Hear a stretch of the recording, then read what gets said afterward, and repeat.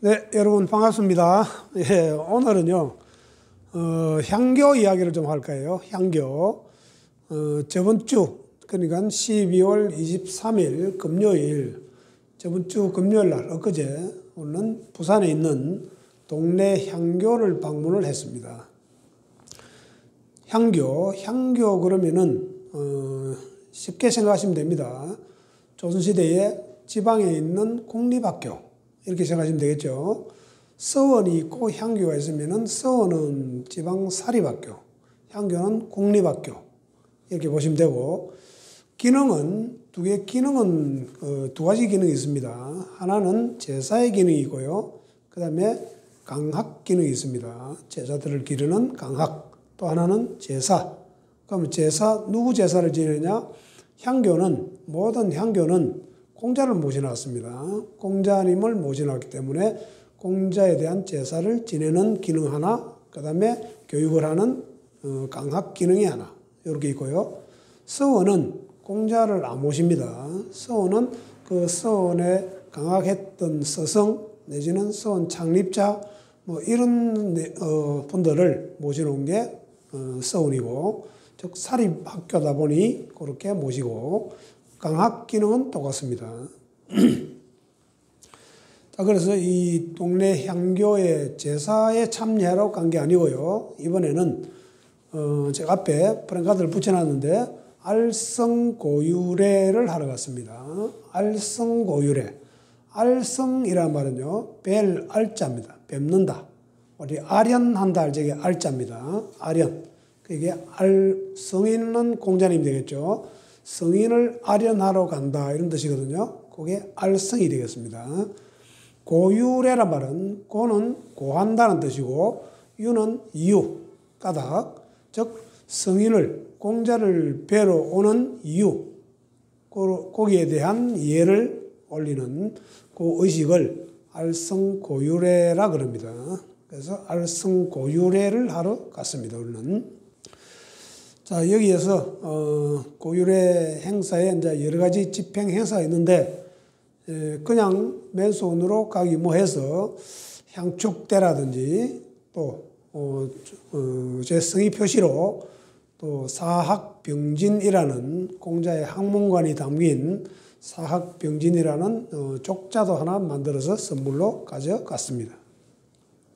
사학병진이란 말은요, 사는 사색한다, 생각한다 이런 뜻인데 사색하고 학 배움은 병진 같이 가야 된다.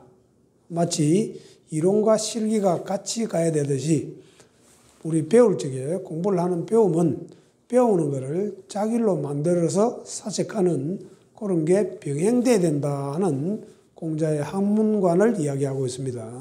그래서 사학병진이라는 족자도 제가 친필로 하나 적어서 족자를 만들어 전달을 했고요. 아울러 그 동네 향교에 계시는 전교님이나 향교의 교장 선생님은 전교라 그럽니다. 전교.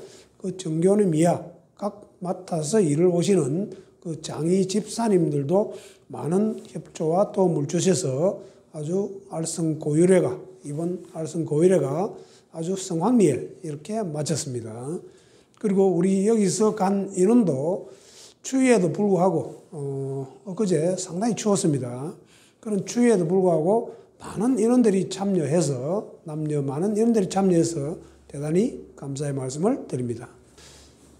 자, 이런 우리 고유례 행사는요, 예를 들어서 지방에 예를 부산 같으면은 부산시장 내지는 부산의 국회의원 또 구청장 이런 분들이 어떻게 당선이 됐거나 이렇게 될 적에 참석을 해서 아뢰는 것을 고유례라고도 합니다. 자, 하여튼 성인을, 즉 공자님을 만나 뵙고 거기에 온 이유, 까닭, 알림 이런 걸 하는 것을 고유례라고 하는데 저희들만 이렇게 하는 게 아니고 구청장, 시장 이런 분들도 간혹 오셔서 한 번씩 행사를 합니다. 이번에 우리 부산 연수원에서 주관을 해서 방문을 했는데 상당히 인원도 많이 참석을 했으면 물론이고 현장에 계시는 많은 분들이 도움을 주셔가지고 아주 잘 마쳤습니다. 자, 이런 알성 고유례를 이제 시행을 하며 처음 들어가는 입구부터 동네 향교는 규모가 좀 크지는 않습니다. 작은데 입구부터 동네 향교 정문이 반화루예요. 반자가 더위 잡을 반, 우리 등반 대회, 등반한다 적에 반자를 쓰거든요. 등반할 적에 반화루를 정문을 통과를 합니다. 그 반화루, 즉 더위를 잡아서 덕화 교화한다. 이 말은 성인의 덕화, 성인의 가르침 이런 거에 교화를 입어서 우리들도 그와 같이 되고자 한다. 뭐 이런 뜻이 담겨 있지 않나 이렇게 생각을 하고요. 자, 그래서 안에 대성전 안에 이제 들어가면 공자를 모셔놓은 사당은 전부 대성전이라고 합니다. 대성이란 말은 집대성했다, 저게 대성인데 공자를 대성, 지성, 문선왕이다 이렇게 이야기를 하거든요. 즉 대성, 맹자 스님이 공자를 집대성한 성인이다 이래서 거기에서 유래가 돼가지고 공자를 대성이라고 부릅니다. 대성. 그 다음에 지성, 그냥 성인이 아니고 지극한 성인. 자, 이 말은 전한시대에 우리 항무제 때 있었던 사마천, 사계를 지은 사마천이 공자를 지성이다, 지극한 성인이다 이렇게 칭송을 했고요. 그 다음 당나라의 우리 당나라 현종이 공자를 왕으로 추존을 했습니다. 그 왕이 문선왕입니다. 문선왕, 그를 문자에 베풀 선자, 문선왕, 문선이란 말은 문화를 전파시킨 왕 이렇게 보시면 됩니다.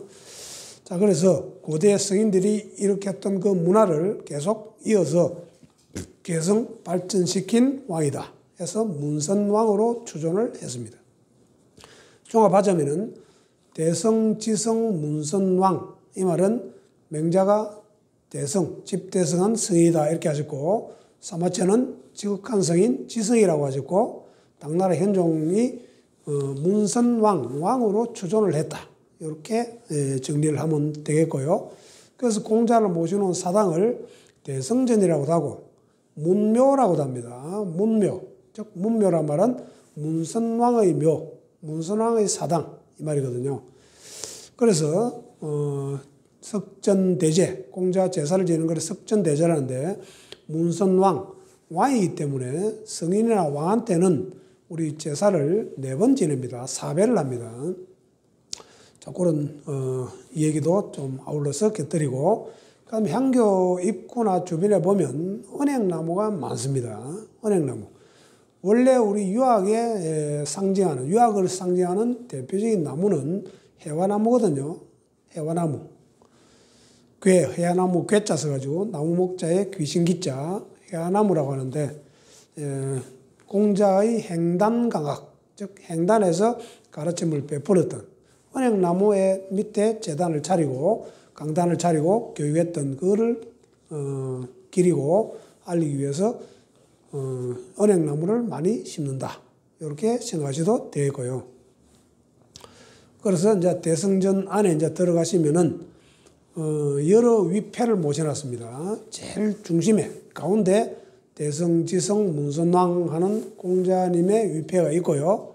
그 공자님하고 같은 테이블, 같은 밥상에 4대 성인을 모셔놨는데 공자님을 기준으로 왼쪽 편이 안회, 복성공, 안회를 복성공이라고 그럽니다. 안회가 있고요. 그 다음에 오른쪽에 우배위, 오른쪽에 공자의 정통을 이어받은 정자 선생, 즉 우리 송나라의 정자 말고 공자의 제자였던 정자, 그 정자 선생을 모셔놨습니다. 정자 선생은 종성공이라고 그래요. 종성, 공자의 정통을 이어받았다 이런 뜻이고요. 그 다음 다시 또 왼쪽으로 두 번째 모셔놓은 사람이 공자의 손자이면서 중용을 지었던 자사 선생이 있습니다. 자사 선생. 즉 자사라는 분은 정자 선생의 제자이기도 하고 공자님의 손자이기도 하고 그래서 이분이 공자의 뜻을 계속해서 찬술하고 기술했다 해서 술성공이라고 합니다. 술성공 자사자 이렇게 이야기를 하고요. 그다음에 오른쪽에 우배위 두 번째가 맹자 선생입니다. 맹자는 공자 다음 가는 성인이다라고 해서 아승공이라고 그래요. 아승공. 즉 그래서 첫 번째로 대승지성 문선왕 공자님, 그 다음에 복성공 안회, 그 다음에 종성공 정자, 그 다음에 술성공 자사, 그 다음에 아승공 맹자 이렇게 5분을 중심에다가 모셔놓고요. 그 다음 양쪽으로 성균관을 우리 서울에 있는 성균관을 기준하면은 성균관은 총 39분을 모셔놨는데 공자를 모신 그 제자들 중에 10대 즉 공문 10철이 있거든요. 공문 10철. 지금 우리 여기 부산 향교에는 공문 10철은 안 모십니다. 공문 10철을 성균관에는 10명을 다 모셔놨어요. 그 다음에 송조육현이라고 해서 송나라 시대에 우리 유학으로 명세를 떨쳤던 그 6명의 현자. 그 송조육현을 성균관에는 다 모셔놨는데 동네 향교에는 그 송조육현 중에 2분만 모셔놨습니다. 송나라의 북송시대의 정자 선생하고 그 다음에 남송의 주자 선생 이렇게 2분 모셔놓고요. 그 다음에 우리나라의 이제 동방 18현 또는 한국 18현, 문묘 18현 이렇게 여러 가지로 불리는데 동방 18현에서 신라의 2분 설총과 최치원, 그 다음에 고려시대 2분 안향 선생하고 정몽주, 그 다음 나머지 조선시대 인물들입니다. 그래서 우리 동방 18현 18분을 모셔놨습니다. 그래서 성균관을 기준으로 보면은 5성이 있고, 그 다음에 공문 10철, 그다음 송조육현, 동방 18현에서 총 39명을 모시는데, 이 동네, 부산에 있는 동네 향교는, 공문 10철은 안 모시고, 송조육현 중에도 2분만 모시기 때문에 25분을 모셔놨습니다. 그래서 대성제 안에 들어가서 이제 보시면은, 그런 위패를 모시는 테이블하고 위패가 있거든요. 그런 것도 이번에 우리 이 참배를 하러 가셨던 모든 분들이 대성전 안에 들어가서 다 일일이 다 확인을 했습니다. 보통 일반적으로 일반인들은 거기에 대성전 안에는 못 들어갑니다. 근데 이번에는 동네 향교회 정교님이야 여러분들의 협조로 날씨 관계도 있고 해서 대성전 안에 모두 다 들어가서 충문을 어떻게 읽으며 향을 어떻게 붙이며 또 위패가 어떻게 배치된 그 위차도까지 교육적인 측면에서 전부 우리 선생님들한테 하나하나 설명도 하고 또 눈으로 확인도 하고 그렇게 하는 시간을, 유익한 시간을 가졌습니다. 야간다리 향교에 대한 이야기는 이 정도로 하고요. 좀 잠시 요거 잇따라서 향교 정문 들어가는 반화로부터 향교 정문 입장하면은 안에 들어가는 이제 대성전 안에 들어가서 제가 충문을 작성했거든요. 그 고유문이라고 하는데 그 고유문 읽는 거 하고 그다음에 몇 장, 사진 몇 장을 올려 드릴 테니까는 참고로 한번 들어보시고 사진도 봐주시기 바랍니다. 예.